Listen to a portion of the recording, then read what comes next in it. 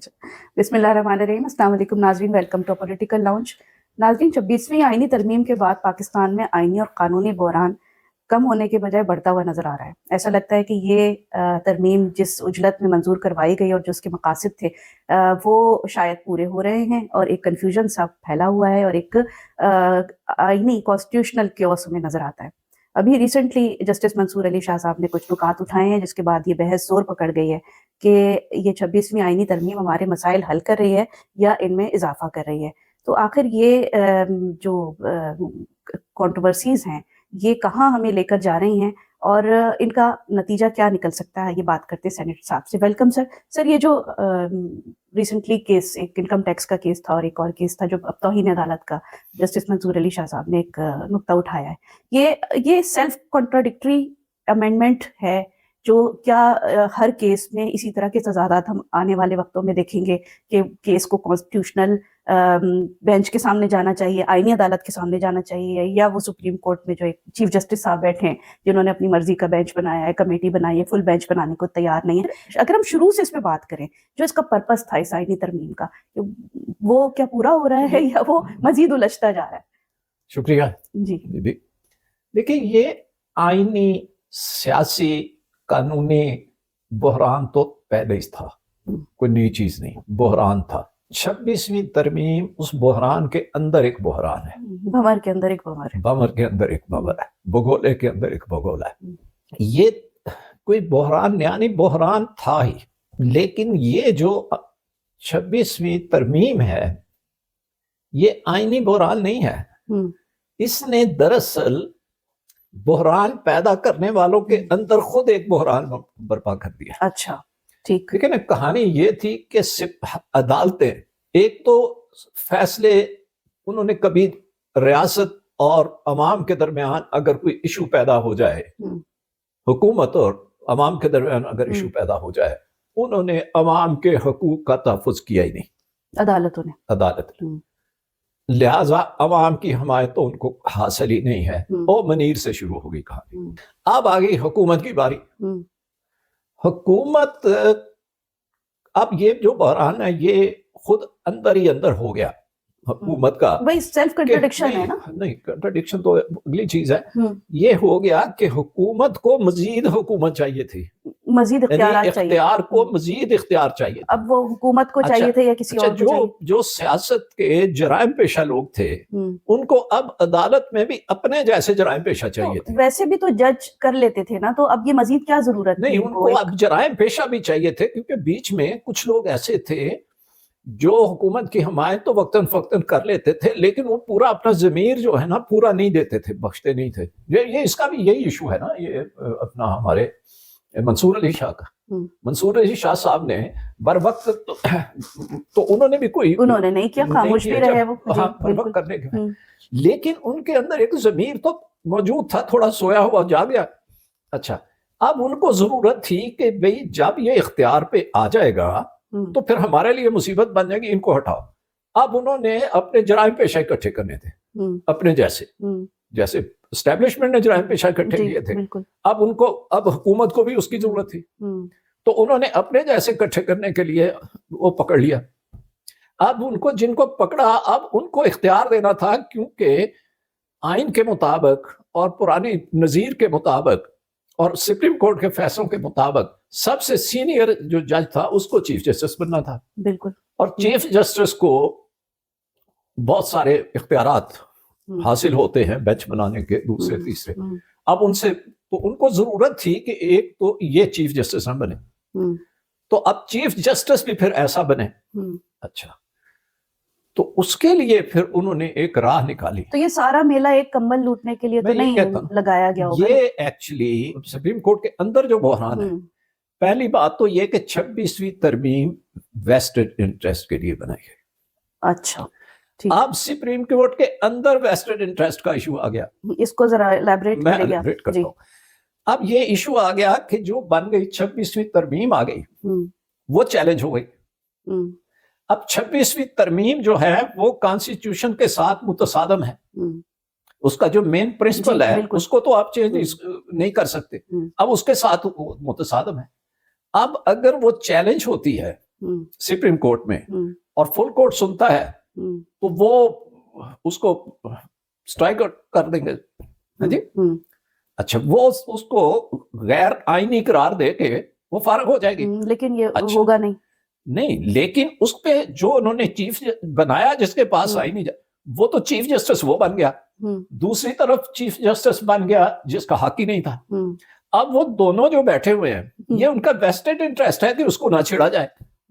अच्छा, उसको ना छेड़ने के लिए वो क्या कर रहे हैं, एक तो उस पे वो आ ही नहीं रहे कि उसको सुना जाए, लेकिन बहरान के अंदर बहरान है।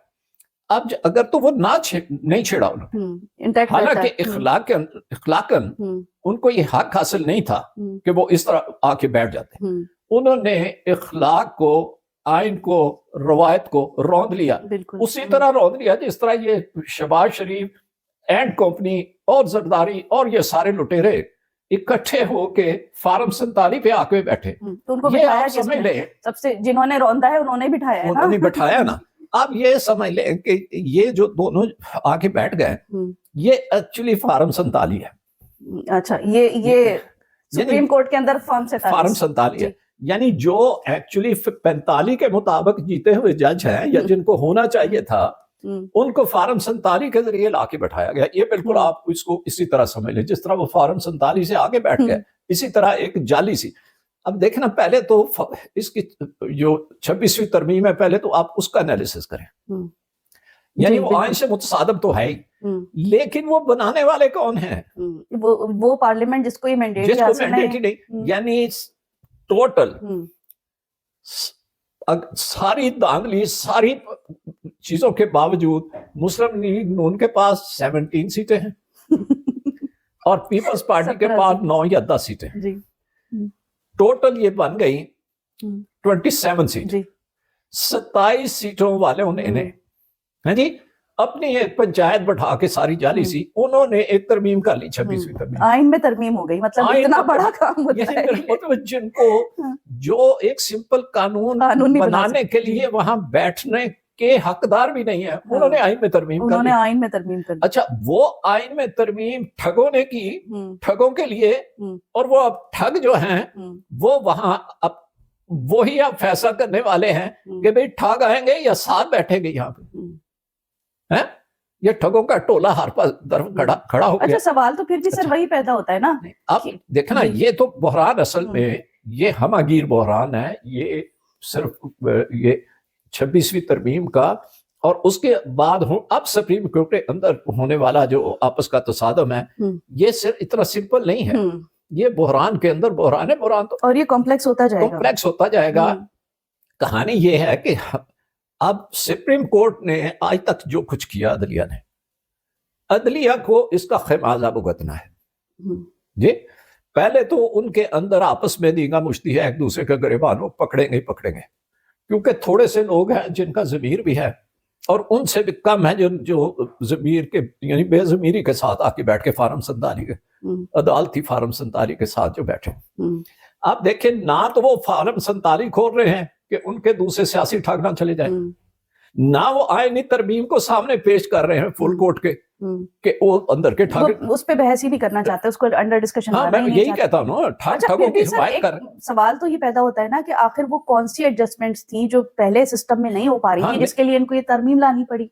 कौन से जज मैनेज नहीं हो रहे थे, कौन सा फैसला था जो इनकी मर्जी के खिलाफ आ रहा था, कौन सा फैसला था जो मेरिट पे हो रहा था। पीटीआई के साथ जो कुछ हुआ, इमरान खान के साथ जो कुछ हुआ, जो कुछ जिस तरह से हुकूक इंसानी यहाँ पे पामाल किए जा रहे हैं, कोर्ट तो एक लफ्ज नहीं बोलती, अदलिया जो सुमोटो नोटिस ले सकती थी वो भी नहीं लिया उन्होंने। तो अब इसमें ऐसा क्या था जिसमें कमी हो गई थी? आपकी बात ठीक है, लेकिन अगर चोर ने एहतमाम कर लिया हो ना किसी तरह घर वालों को कोई यानी नशावर चीज दे के सुला लिया हो, अच्छा, तो फिर भी चोर जो है ना चोरी करते वक्त, डाका नहीं, डाकू की बात नहीं कर रहा, चोर फिर भी खौफजदा होता है कि यार किसी ना किसी कोई ना कोई ऐसा ना हो जिसमें रेजिस्टेंस ज्यादा हो, वो उठ ना जाए, तो फिर भी वो यानी घबराया और डरा ही होता है। ठीक, अगरचे उनको बहुत रेजिस्टेंस नहीं हो रही थी, لیکن ان کو ایسا ہی دڑکا تھا جیسے چور کو ہوتا ہے کہ یار ان میں سے کچھ لوگ ایسے ہیں جن کا ضمیر کبھی کبھی ایسے اچھلتا رہتا ہے، ایسے جیسے آپ کی نبض ہے نا ایسے کرتی ہے تو یہ کسی کا ضمیر سے زیادہ کچھ مفادات بھی ہو سکتے ہیں آپ کے جس کو آپ نے سیکیور کرنا ہوتا ہے. نہیں، یہ مفادات میں یہ بھی ہے نا کہ آخر پبلک میں بھی جانا ہے، آخر گھر بھی جانا ہے، بیوی سر بھی مجھے تو پوچھتی نہیں ہے، لگتا بچے کہ ان بھی میں سے پوچھتے کسی ہیں. کو نہیں، اس چیز کی فکر ہوتی ہے. ایسا نہیں ہوتا. پریشر جو ہے نا سب پہ، گھروں میں بچے بھی ہوتے ہیں، بیٹیاں بھی ہوتی ہیں، بیٹے بھی ہوتے ہیں، سارے لوگ کے. سر آپ کو بھی پتا ہے جج کیسے بنتے ہیں اور کس پروسیجر سے گزر کے بنتے ہیں. نہیں، اس سے پہلے وہ امیون ہو چکے ہوتے ہیں ساری نہیں چیزوں سے. امیون پھر بھی ان میں کچھ تو کوئی چلیں تھوڑا سا ہم فرض کر لیتے ہیں اگر حسن زن رکھ لیتے ہیں. اگر آپ کی میں بات مان لوں تو پھر ان کو یہ ضرورت ہی نہیں تھی کرنے کی، کیونکہ وہ آخر کیوں ڈرے ہوئے تھے منصور علی شاہ سے؟ کیوں منصور علی شاہ کو نکالنا چاہ رہے تھے؟ اگر سارے ایسے تھے، ایسا نہیں ہوتا، کچھ نہ کچھ ہمیشہ سے ہوتا رہتا ہے. ہم نے اچھا سر یہ جو بڑا زمانہ گزارا. خیر ٹھیک ہے. پر اب دیکھ، کہانی تو یہ ہے کہ ویسٹڈ انٹرسٹ ہے ججوں کا کہ وہ جو بن گئے ہیں وہ اپنا عہدہ چھوڑنے کے لیے تیار نہیں، جس پہ وہ قابض ہیں زبردستی کے. زبردستی اور مفت کا مل گیا نا، بیٹھے بٹھائے ان کو، تو وہ اس کو چھوڑنا نہیں چاہتے. جس طرح اب شہباز شریف ہے یا زرداری ہے، جس طرح ان کو گالی پڑ رہی ہے، جس طرح ان پہ یعنی تھوکا جا رہا ہے، جس طرح ان کی بے عزتی کی جا رہی ہے، لیکن ان کے مفادات اتنے بڑے ہیں کہ کوئی عزت والا آدمی روز روز یہ تو نہیں سن سکتا نا. وہ کہے گا جائے ایک دن بھی تو اب یہ تو بالکل ہی جو بے عزت قسم کا آدمی ہو، جس میں غیرت نہ ہی ہو اصلوں، وہ یہ کر سکتا ہے نا. تو اسی طرح اب جب یہ سارا کچھ ان کے سامنے ہو رہا ہے، انہوں نے خود دیکھا ہے خود، تو وہ آپ نے ایک ایسے انٹرسٹ کے لیے جو 2 سال 3 سال کے لیے ان کو پروٹیکٹ کر سکتا ہے یا فائدہ دے سکتا ہے، اس کے لیے وہ اتنا ہی ضمیر فروشی کر لے. بلکہ 2 سال 3 سال تو آپ بات کر رہے ہیں، اگر الیکشن ہو جاتے ہیں اور گورنمنٹ آ جاتی ہے اس لیے دوبارہ ترمیم واپس ہو سکتی ہے. اس لیے بحران تو یہ ہے، اس وجہ سے ہے. اور یہ کہنا کہ 26ویں ترمیم تو خود ہی ایک فضول چیز ہے، اور جس انہوں نے بنائی وہ بنا ہی نہیں سکتے تھے. تو یہ ایکچولی اس طرح کا بحران ہے اور بڑا مزہ آ رہا ہے اس میں. سچی بات یہ ہے، اس بحران سے پریشان ہونے کی ضرورت نہیں. یہ بڑا مزہ آ رہا ہے کہ وہ سارے کے سارے چور جو ہے نا، وہ سارے خود اپنے بمر میں ہیں، اپنے دام میں پھنسے ہوئے. تو ان کو دام سے نکلنے دو. یہ نکلیں گے یا مزید الجھتے جائیں گے؟ کہاں نکلیں گے، پہلے نہیں دیکھا. تو اس کا کیا انجام ہوگا؟ ایک بڑی عجیب سی بات ہے. سمیں انجام پتا ہے. اور یہ کب تک کھینچیں گے اس سارے معاملے کو؟ جتنا بھی کھینچ لیں، لیکن کتنا کب سے کھینچ رہے ہیں؟ 3 سال میں. آپ دیکھیں جو 3 سال میں کھینچے، یہ بالکل اسی طرح ہوا ہے کہ جب وہ بٹیر یا کوئی جانور جال میں پھنستا ہے، پھڑپڑاتا ہے تو وہ اور پھنستا جاتا ہے اس کے اندر. یہ ایسے تو نہیں ہے جس نے کسی نے کہا تھا نا 1000 دام سے نکلا ہو ایک جنبش میں. تو وہ یہ 1000 دام سے ایک جنبش میں نکلنے والے تو ہیں جنبش کر رہے ہیں اتنے پھنستے جا رہے ہیں. یہ بیچارے تو لنگڑے لوڑے سارے. اچھا کیا عدالتوں کا یہ کام ہے؟ عدالتوں کا یہ کام تو نہیں ہے. کیا سیاستدانوں کا یہ کام ہے؟ کیا اسٹیبلشمنٹ کا یہ کام ہے؟ کوئی ایک انسٹیٹیوشن جو ہے وہ کام نہیں کر رہا جو اس کو کرنا چاہیے. تو کیا ہماری انٹیلیجنس ایجنسیوں کو یہ کام ہے جب سارے نہیں کر رہے؟ میں یہی کہہ رہا ہوں کہ ہمارے ہماری پرابلم یہ آ گئی ہے. سارے لوگ برے نہیں ہیں، لیکن کرمنلز ایک جگہ اکٹھے ہو گئے، اور سارے ادارے اداروں کے اوپر لا کے ان کو بٹھا دیا گیا ہے ہر جگہ پہ. لہٰذا ان کو آخرکار کرمنلز کو سے نکلنا تو ہے نا. ہمارا گھر ہے، ہم سارا اتنی پرانی آپ کی طویل لیکن رہی ہے، کبھی آپ نے اس طرح کا کوئی کرائسس دیکھا؟ نہیں، کرائسس اس طرح کا تو کبھی نہیں دیکھا. یعنی کرائسس تھے اس سے کم درجے کے. لیکن ہم نے یہ دیکھا کہ جب ایوب خان آ گیا، وہ آیا تھا جو بحران تھا اس کو نکالنے کے لیے، تو وہ سارے کے سارے جاتے رہے. پھر ایوب خان کو لوگوں نے پہلے تو گردنوں پہ سوار رکھا، اس کی پہلے تاریخ. جب اس کے خلاف کام شروع ہوا نا تو وہ بھی گیا، ساتھ پاکستان کو بھی لے گیا. صحیح بات. پھر یا آ گیا. جب یا خان نے اب بے شرمی دیکھیں ڈٹائی کہ پاکستان ٹوٹ گیا، فوج ہار گئی، بجائے استعفیٰ دے کے گھر جاتا. بے شرمی دیکھو، وہ اپنا ایک آئین بنا کے تو رات کو وہ ریڈیو پہ اناؤنس کر رہا ہے کہ یہ آئین نافذ ہوگا. ذرا غور فرمائیں ڈٹائی کا عالم. اچھا تو خیر وہ بھی چلا گیا. بھٹو صاحب آ گئے. بھٹو صاحب کے خلاف جب وہ شروع ہوا تو وہ پھانسی چڑھ گیا.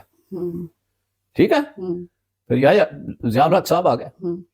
ضیاء الحق صاحب جب آ گئے تو انہوں نے بھی جب وہ آخر میں آ کے سیاسی بحران میں پھنسے تو اپنوں نے اڑا دیا، اپنوں نے اڑا دیا۔ یہ 4 مثالیں ہمارے سامنے ہیں۔ تو یہ مثالیں ان کے سامنے کیوں نہیں ہیں؟ میں نے تو آپ کو بتا دیا کیا ہونے والا ہے۔ اچھا ہے جی، بھائی گھر کے بچے جب وہی بھوکوں مرنے لگے نا تو وہ آپس میں لڑ پڑتے، ایک دوسرے کا سر پھاڑ لیتے۔